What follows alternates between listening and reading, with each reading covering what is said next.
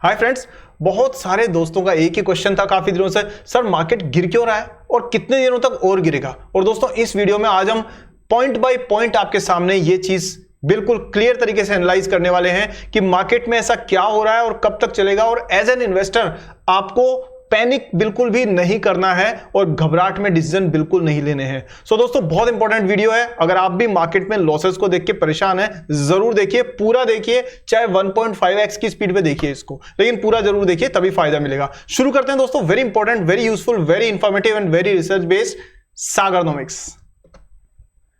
आपके स्क्रीन पर आप देख सकते हैं यहां पर मार्केट की जो एक्टिविटीज है वो, ठीक है। यहां पर आप ये देखिए कि अक्टूबर 2024 में FIIs ने 1,49,000 करोड़ रुपीस की सेलिंग की है। क्या की है जी? सेलिंग की है। कब? सिर्फ और सिर्फ अक्टूबर के महीने में। और अभी महीना खत्म, मतलब लास्ट वो वीक चल रहा है, जब आपको वीडियो मिलेगा तो हो सकता है खत्म हो जाए। दूसरा, सितंबर में इन्होंने 21,000 करोड़ की खरीदारी की थी। उससे पहले इन्होंने अगस्त में 2 लाख करोड़ रुपए की बाइंग की थी, खरीदारी की थी, ठीक है। अब आप देख रहे हैं, ये समझ रहे हैं कि क्या कहानी, क्या खिचड़ी क्या पक रही है मार्केट के अंदर।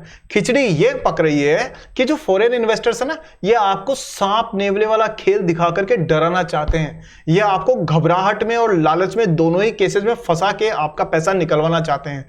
कुछ नहीं बिगड़ा मार्केट में, कुछ भी कंपनीज का नहीं बिगड़ा है। हां, यह भी सच है कि मार्केट में अभी अर्निंग सीजन ना उतना स्ट्रॉन्ग नहीं रहा है जितना कि एक्सपेक्टेड था। लेकिन क्या ये ऐसा ही चलने वाला है? तो ऐसा बिल्कुल भी नहीं है, क्योंकि हमारी जो इकोनॉमी है वो 7% एनुअली रेट से ग्रो कर रही है और करती रहेगी आने वाले टाइम में। घबराहट की जरूरत नहीं है। लेकिन आपने जो यहां डेटा देखा है दोस्तों, आप साफ तौर पे देख सकते हैं, अगस्त में 2 लाख करोड़ रुपए का माल खरीदा था इन्होंने। और वही वजह थी कि सारी इकोनॉमी एकदम ऐसे बस हरी भरी नजर आती थी उस टाइम पर। तो आपने देखा है यहां पर कि ये आपके स्क्रीन पर जो डेटा है ये है दोस्तों 1 अक्टूबर 2024 का। और यहां पर क्या लिखा है? FPIs pump 86,000 crore rupees in Indian equities in Q2 highest since December 2020।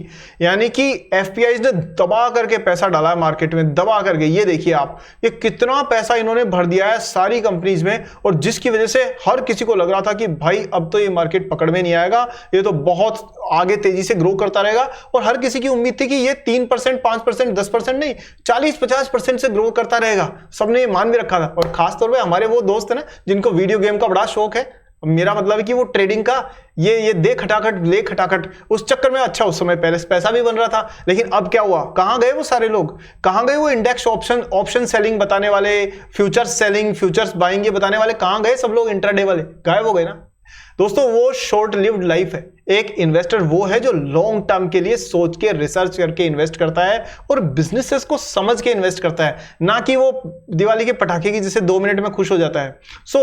Anyways, तो यहां पॉइंट यह है कि पिछले 2 महीनों में FIIs ने जम के खरीदारी की और फिर एक साथ सारा माल बेच दिया। ताकि क्या हुआ? ताकि ये हुआ जो आप अपने स्क्रीन पर देख रहे हैं यहां पर, कि मार्केट में तेजी से सेलिंग होने की वजह से एक सेलिंग प्रेशर क्रिएट हुआ। और ये 27 सितंबर के बाद से, यानी लगभग 1 अक्टूबर के बाद से मार्केट में तेज गिरावट आई। अब यहां एक खास बात यह है कि ये क्या तेज गिरावट कोई संकेत भी दे रही है? इसके बारे में दोस्तों मैंने बहुत पहले, मतलब अपनी जो कम्युनिटी पोस्ट है उसके अंदर पहले ही बता दिया था, और जो मेंबर्स हैं उनको तो पहले से पता पड़ गया होगा कि मार्केट में एक हेड एंड शोल्डर पैटर्न का निर्माण हो रहा है। और वो आपके स्क्रीन पर ये रहा, ठीक है। और ये हेड एंड शोल्डर पैटर्न आप साफ तौर पे यहां पे देख सकते हैं। करता क्या है ये भी बता देता हूं मैं आपको। मैंने करीब काफी दिनों पहले बता दिया था ये। और ये बहुत ही रिलायबल इंडिकेटर होता है दोस्तों। Head and shoulder pattern is a very reliable indicator. 100% कभी कोई कुछ नहीं होता है, बट दिस इज अबाउट 70-80% तो ये सच ही बैठता है। तो हालांकि कोई गारंटी नहीं है इसकी। तो यहां देखिए, ये बना पहला शोल्डर, फिर बना ये हेड, और फिर उसके बाद में बना ये राइट शोल्डर। राइट शोल्डर के बाद जो ये जो नेकलाइन है ना, ये वाली दोस्तों, ये नेकलाइन जब ब्रेक होती है, और आप में से बहुत सारे लोग कहेंगे अरे सर हमने तो ये पढ़ लिया अलग अलग जगह पर, कोई काम नहीं करता इंडिकेटर वगैरह। वो ना आधी अधूरी जानकारी है ना, उसकी वजह से आपके दिमाग में खराब पैटर्न बन गए, उनको निकालिए। ये चार्ट जो है ना, उस पर प्राइस जो चलती है ना, वो माइंडसेट दिखाती है ट्रेडर्स का, FIIs का, DIIs का, और आप माइंडसेट से मार्केट में खेलते हैं। तो आप जीतते हैं। लेकिन अगर आप सिर्फ ये दो कैंडलस्टिक रेड बन गई, एक ग्रीन बन गई और आप 2% पे कमा के निकल जाएंगे, लॉस करके निकल जाएंगे, तो दोस्तों वो एक ऐसी चीज है जो वो लोग धीरे धीरे गायब हो जाएंगे मार्केट से। वो थोड़े दिनों में इधर उधर उठापटक करके उनकी लॉन्ग लाइफ नहीं है। शेयर मार्केट में ऐसे हजारों लोग एंटर करते हैं रातों रात पैसा बनाने के लिए और हजारों लोग बाहर भी हो जाते हैं। So don't get into that trap. If you are a serious investor then consider this fact that technical chart हमेशा आपको साइकोलॉजी को बताता है। और यहां जो साइकोलॉजी है ना, हेड एंड शोल्डर पैटर्न जो मैं आपको बता रहा हूं, वो बड़ी ब्यूटीफुल काम करती है यहां पर। तो जैसे मैं आपको बताऊं, एक सेकेंड दोस्तों। ये देखिए यहां ये नेकलाइन को ब्रेक करने के बाद में ये नीचे की तरफ जा रहा है। तो जब भी कभी हेड एंड शोल्डर पैटर्न बनता है और वो भी अच्छे वॉल्यूम के साथ में, और जब वो इस तरह से जाता है तो जितनी हेड की हाइट होती है ना, उतनी हाइट आपकी जो है डेप्थ जो है वो इधर की साइड में भी होती है।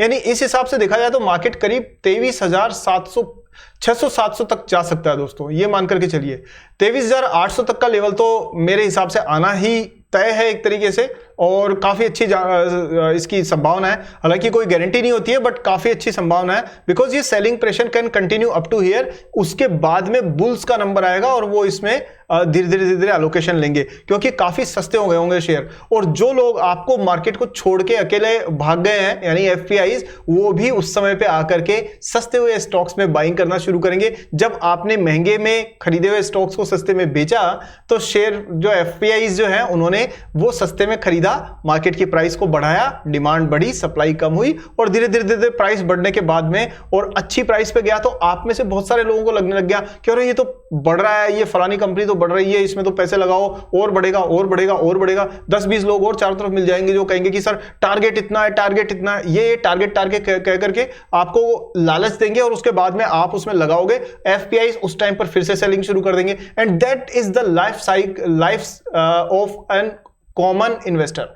तो इसी तरह से आप घाटा खाते हैं, और 90% लोग खाते हैं, मैं नहीं कह रहा हूं, सेबी कह रही है। चलिए, तो अभी यहां पर आपको ये समझना होगा कि ये कुछ समय के लिए ये कंटिन्यू रह सकता है ट्रेंड, और मैं कहूंगा कि 3 से 6 महीने का ना आपको एक पीरियड लेके चलना चाहिए जिसमें कंसोलिडेशन होना तय है।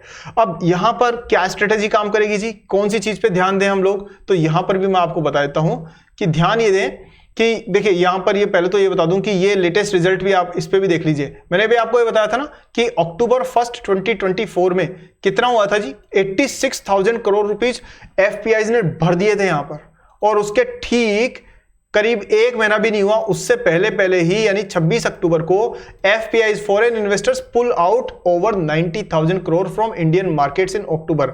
यानी कि जितना लगाया था उससे ज्यादा उन्होंने निकालने का भी तय कर लिया है। सो इस वजह से मार्केट में पैनिक फैला हुआ है। अच्छा, अब क्या होगा इसके अंदर गोइंग फॉरवर्ड, मैं आपको बताऊं कि यहां पर ये करीब 23,700-800 के लेवल के आसपास में जब आएगा, उसके बाद में एक बाइंग सीजन आएगा।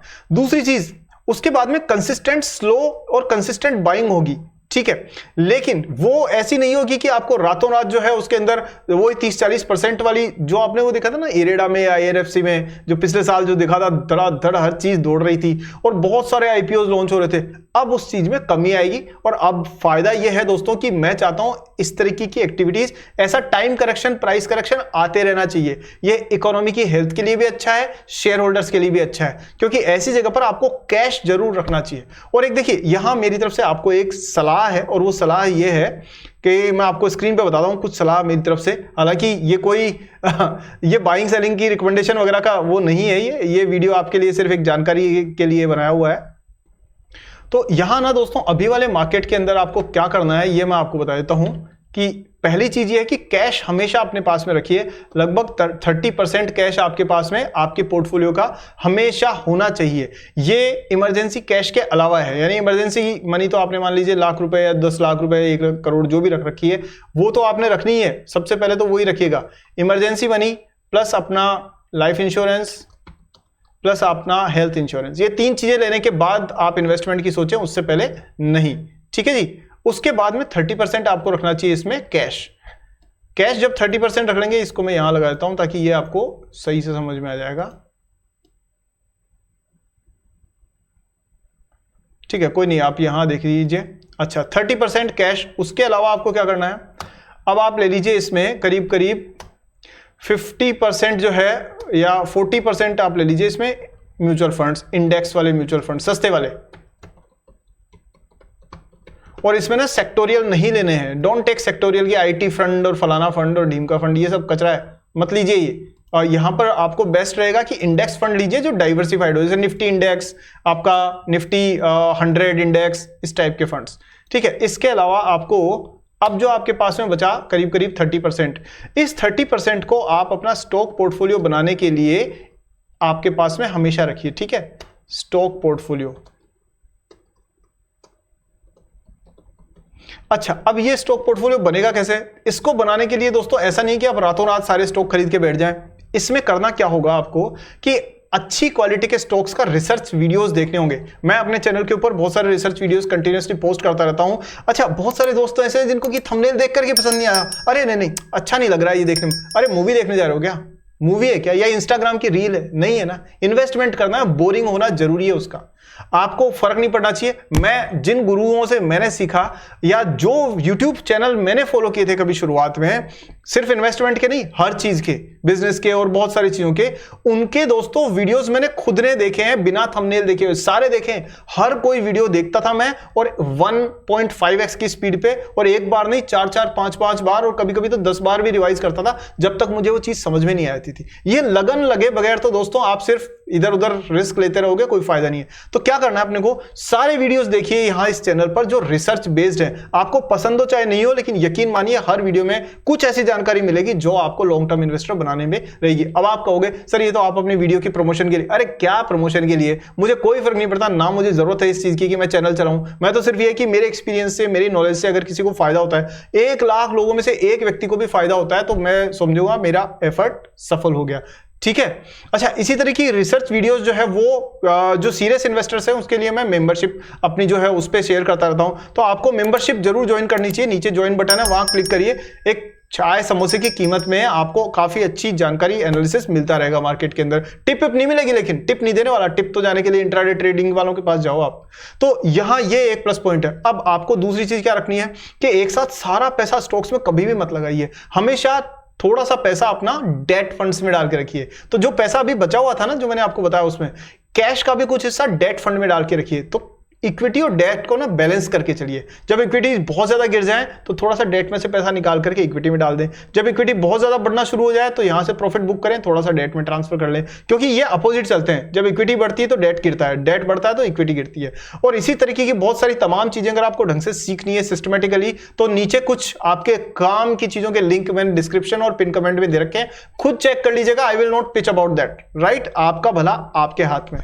चलिए दोस्तों, अभी वाली जानकारी से आपको कहीं ना कहीं कुछ क्लैरिटी मिली हो कि ये मार्केट कब तक गिरता रहेगा, ये पैनिक सेलिंग में क्या करें। शांत रहिए, अच्छे स्टॉक्स पर नजर रखिए, अंडर वैल्यूड अपॉर्चुनिटीज की तलाश में रहिए और छोटा छोटा अपना डिसीजन लीजिए। Start small and grow big, that is the key message from my side. ठीक है दोस्तों, सो आज के वीडियो को छोटा रखा है मैंने ताकि आपको सिर्फ काम की चीजें बता दूं और आपके दिमाग में जो घबराहट भर गई है ना, उससे आप निजात पाइए। इंडिया वर्ल्ड की सबसे फास्टेस्ट ग्रोइंग और सबसे सॉलिड इकोनॉमी है, इसका कुछ भी बिगड़ने वाला नहीं है और सारे अच्छे स्टॉक्स आने वाले टाइम में मल्टी वगैरह रिटर्न देने की भी पूरी क्षमता रखते हैं। घबराने की जरूरत नहीं है, लेकिन छोटी मोटी जो 100 करोड़ की कंपनी, 50 करोड़ की कंपनी, इनमें मत जाइए। स्मॉल कैप से दूर रहिए मेरे भाइयों बहनों, क्योंकि वहां रिस्क बहुत ज्यादा होती है।